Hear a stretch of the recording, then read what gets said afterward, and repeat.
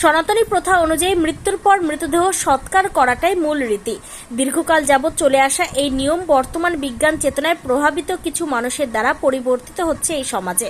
গতকাল অর্থাৎ 9 আগস্ট রাজ্যের প্রাক্তন মুখ্যমন্ত্রী বুদ্ধদেব ভট্টাচার্যের দেহদান করা হয় এনআরএস মেডিকেলে। ঠিক তার একদিন পর অর্থাৎ আজ শনিবার জেলার তৃতীয় দেহদানের ঘটনা ঘটল কালিয়াগঞ্জে। কালিয়াগঞ্জের বাসিন্দা 92 বছর বয়সী অনিল বিশ্বাস ওরফে কাটু বিশ্বাস শনিবার সকালে রায়গঞ্জের এক বেসরকারি নার্সিংহোমে প্রয়াত হন। এবছর মার্চ মাসে তিনি ও তার সমস্ত পরিবার দেহদানের অঙ্গীকার করেন। সেই মতো আজ দেহদানের প্রক্রিয়া শুরু হয়। সাহায্যার্থে এগিয়ে আসে পশ্চিমবঙ্গ বিজ্ঞান মঞ্চ, কিন্তু বাদ সাধে পরিকাঠামোগত অভাব। রায়গঞ্জে মেডিকেল কলেজ স্থাপিত হলেও দেহদানের কোনো পরিকাঠামো এখনো পর্যন্ত তৈরি হয়নি। কাজে বিজ্ঞান মঞ্চের পক্ষ থেকে প্রথমে মালদা মেডিকেলে যোগাযোগ করা হয়, কিন্তু সেখানেও দেহ সংরক্ষণের জায়গা না থাকায় শিলিগুড়িতে north Bengal medical college and হসপিটালে যোগাযোগ করা হয়। পরে শিলিগুড়ি মেডিকেলে জায়গা থাকায় অনিল বাবুর মরদেহ রওনা হয় শিলিগুড়ির পথে। অনিল বিশ্বাসের পুত্র শান্তনু বিশ্বাস জানান, সকলের সম্মতিক্রমে এই মানবিক দায়িত্ব পালন করছে তার পরিবার। সেদিন শান্তনু বাবু আর কি বলেছেন শুনুন। নাম আপনার? শান্তনু বিশ্বাস। যে মারা গিয়েছে কে হয়? আমার বাবা কি নাম? অনিল বিশ্বাস, ওনাকে কাটু বিশ্বাস নামেই জেলায় সবাই জানে। কবে মারা গিয়েছে? উনি আজকে সকালে। তো শোনা যাচ্ছে যে ওনার একটা দেহদানের প্রক্রিয়া চলছে, হ্যাঁ, বিষয়টা কি? গত মার্চ মাসে আমরা পরিবারের সমস্ত প্রাপ্তবয়স্ক মানুষ একসাথেই দেহদান করি এবং বিজ্ঞান মঞ্চের শিবিরে, এবং সেখানে আমরা অঙ্গীকারপত্র স্বাক্ষর করি এবং এটাও বলি যে আমাদের পরিবারে কোনো পারলৌকিক ক্রিয়া হবে না। সেই মোতাবেকই বিজ্ঞান মঞ্চের সাথে যোগাযোগ করে তাদের সাহায্যে আমাদের আজকে এখন আমরা দেহ নিয়ে কালিয়াগঞ্জে যাচ্ছি। সেখানে তার সংগঠনের অফিসে যাব, বাড়িতে যাব এবং অবশ্যই medical college, north Bengal medical কলেজে শিলিগুড়িতে আমরা দেহ নিয়ে যাব। হিন্দু সম্প্রদায়ের মানুষ, তার উপরে মানে এখন এই সনাতনী প্রক্রিয়ার বাইরে গিয়ে দেহদান পরিবারের লোকের কেমন লাগছে বিষয়টা? দেখুন, আমরা সবাই তো মানুষ। আপনার কথার মধ্যেই আছে যে আমরা সবাই মানুষ। তা আগে তো মানুষ এসছে, পরে ধর্ম এসছে। মানবিকতার উপর তো কোনো ধর্ম আছে বলে আমার জানা নেই, আমাদের কারোরই জানা নেই। আমার মা 86 বছর বয়স, তিনিও জীবিত আছেন, তিনি আচার অনুষ্ঠান করেন, কিন্তু এ ব্যাপারে সবচাইতে যিনি প্রাথমিক উদ্যোগ নিয়েছিলেন সেটা তিনি, আমার মা। পরিবারের লোকের কতটা সমর্থন আছে এই বিষয়ে? সবাই একসাথে দেহদান করেছি এবং একসাথে প্রেস কনফারেন্স করে বলেছি আমাদের কোনো পারলৌকিক ক্রিয়া হবে না। তো এটা তো সবাই ঐক্যমত্য ছাড়া সম্ভব না। বিজ্ঞান মঞ্চের কাছে আমরা কৃতজ্ঞ, বিজ্ঞান মঞ্চ এই সুযোগটা আমাদের করে দিয়েছিল একসাথে একটা ক্যাম্পে এই অঙ্গীকারপত্রগুলি একসাথে স্বাক্ষর করা। রায়গঞ্জ বিজ্ঞান মঞ্চের পক্ষ থেকে বিপুল মৈত্র বলেন, একাধিকবার তারা সংগঠনের পক্ষ থেকে রায়গঞ্জ মেডিকেলের দেহ সংরক্ষণের পরিকাঠামো গড়ে তোলার আবেদন জানিয়েছেন, কিন্তু ব্যর্থতা হাতে লেগেছে বারবার। রায়গঞ্জ বিজ্ঞান মঞ্চের তরফে বিপুল মৈত্র আর কি বলেছেন শোনাবো। দাদা, কি নাম আপনার, কি দায়িত্বে আছেন? বিপুল মৈত্র, পশ্চিমবঙ্গ বিজ্ঞান মঞ্চ উত্তর দিনাজপুর জেলা সম্পাদক মণ্ডলীর থেকে কাজ করি। এই বেসরকারি নার্সিং হোমে কি কারণ? আমাদের সংগঠনের সাথে সম্পর্ক রেখে, পশ্চিমবঙ্গ বিজ্ঞান মঞ্চ উত্তর দিনাজপুর জেলা শাখার সঙ্গে সম্পর্ক রেখে কালিয়াগঞ্জের নিবাসী, ডাকনাম কাটু বিশ্বাস, ভালো নাম অনিল বিশ্বাস, তাদের পরিবারের সকলে একসঙ্গে দেহদান অঙ্গীকার করেন। দেহদান অঙ্গীকার করেন এই কারণেই যে চিকিৎসা বিজ্ঞানের ক্ষেত্রে এটা খুবই প্রয়োজনীয় জিনিস। পশ্চিমবঙ্গ বিজ্ঞান মঞ্চ ধারাবাহিকভাবে মানুষের মধ্যে এই প্রচারটা করে যে দেহ হিন্দু ধর্মমতে যারা পুড়িয়ে ফেলে বা কবর দেয়, আলটিমেট সেই দেহটা মানুষের কাজে আর লাগে না, কিন্তু চিকিৎসা বিজ্ঞানের জন্য দেহটা খুবই প্রয়োজন হয়, যার অভাব রয়েছে। ফলে এই সচেতনতা বৃদ্ধির কাজ পশ্চিমবঙ্গ বিজ্ঞান মঞ্চ ধারাবাহিকভাবে করছে। তারই ফল হিসাবে এই বিশ্বাস পরিবারের কালিয়াগঞ্জের একই সঙ্গে বাবা, মা, ছেলে, মেয়ে, ছেলের স্ত্রী সবাই মিলে একসঙ্গে তারা গত মার্চ মাসে দেহদানের অঙ্গীকারপত্রে সই করে, এবং সেই হিসাবে আমরা আজকে সকালে তার মৃত্যু হওয়ার পরে আমরা প্রথমে মালদা মেডিকেল কলেজের সঙ্গে যোগাযোগ করি। তাদের সংরক্ষণের জায়গায় এই মুহূর্তে ফাঁকা না থাকার জন্য পরবর্তীকালে আমরা নর্থ বেঙ্গল মেডিকেল কলেজের সঙ্গে যোগাযোগ করি পশ্চিমবঙ্গ বিজ্ঞান মঞ্চের পক্ষ থেকে। সেখান থেকে যোগাযোগ করে আমরা কনফার্ম হই যে না, সেখানে সংরক্ষিত করবার মতো উপযুক্ত জায়গা এখনো ফাঁকা রয়েছে।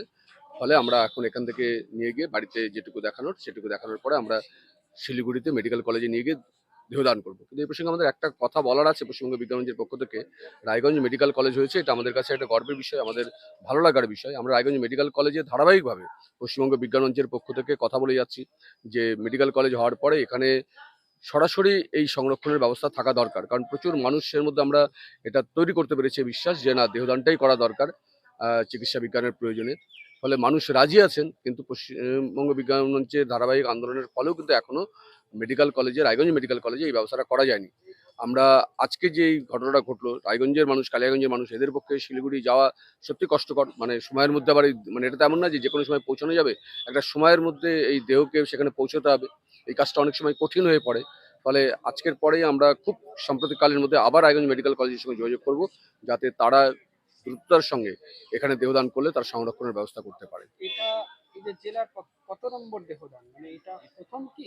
না, এটা প্রথম না। আমরা এর আগে রায়গঞ্জের ডক্টর জয়ন্ত ভট্টাচার্যের মার ক্ষেত্রে করেছি, আমরা ইসলামপুরে আমাদের একজনের করেছি, মানে এটাতে আমাদের তৃতীয়টা হচ্ছে। কিন্তু আরও এরকম যেতে ছিল, শেষ পর্যন্ত আমরা যোগাযোগ করে বা দেহ সংরক্ষিত করবার মতো জায়গা না থাকার জন্য অঙ্গীকার করা সত্ত্বেও, সেই কাগজপত্র হাতে থাকা সত্ত্বেও কিন্তু সেই পরিবারগুলো সেই কাজটা করে উঠতে পারেনি। এটা একটা আমাদের কাছে খুবই বলি বা চিকিৎসা বিজ্ঞানের ক্ষেত্রে একটা অপূরণীয় ক্ষতি। ফলে সেই সব বিষয়টা নিয়েও আমাদের প্রশাসনের কাছে আবার নতুন করে যাওয়ার জায়গা তৈরি হয়েছে। তবে এত বড় একটা মেডিকেল কলেজে দেহদানের ব্যবস্থা না থাকায় চিকিৎসা শাস্ত্র যে ক্ষতিগ্রস্ত হবে সেই বিষয়ে কোনো সন্দেহ নেই। উত্তর দিনাজপুরের রায়গঞ্জ থেকে নিজস্ব প্রতিনিধি রিপোর্ট, টাইমস 14 বাংলা।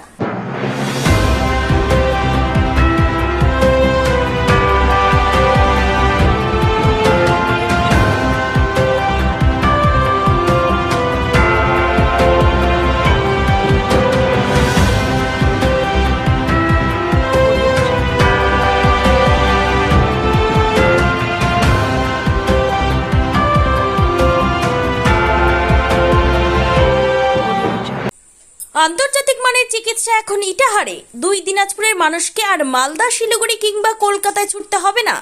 উত্তর দিনাজপুরের উদীয়মান ব্লক উদ্বোধন হলো Itahar paramount super speciality hospital.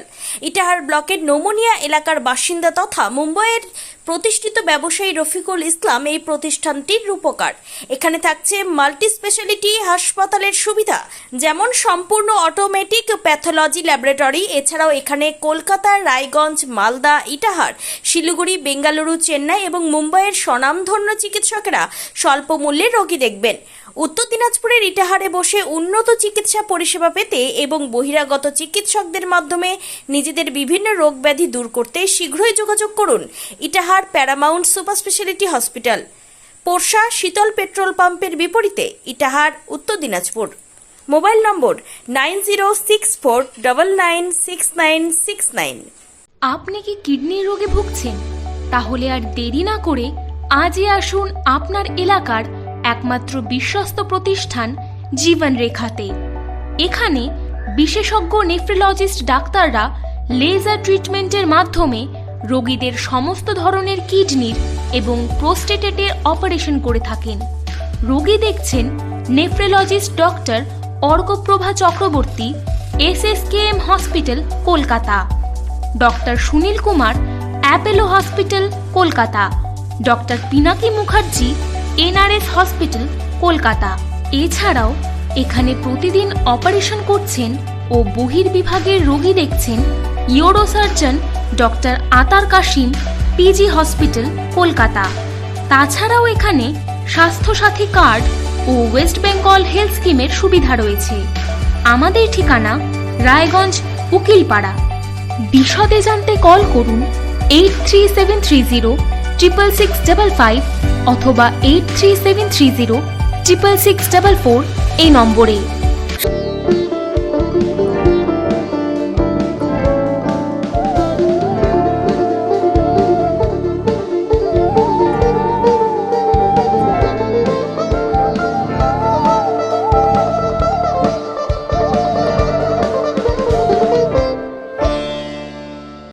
আপনি কি চাকরি পরীক্ষার্থী?